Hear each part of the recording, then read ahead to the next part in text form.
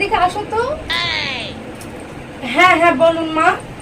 বলছি কটা ভাত বসিয়ে দাও তো, 1 কাপ চাল 2 কাপ জল দিয়ে ভাতটা বসিয়ে দাও।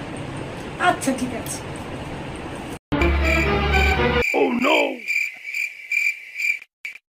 নিজে বসে বসে ফোন দেখবে আর আমাকে ভাত বসাতে বলেছে। A few moments later.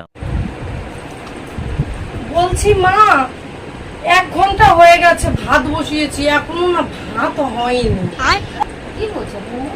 চলো তো দেখি কেমন ভাবে বসিয়েছো। আস মাইরা ফালাইছে রে লেঙ্কা মাইরা ফালাইছে মাইরা ফালাইছে রে লেঙ্কা মাইরা ফালাইছে। এটা কি করেছো বৌমা?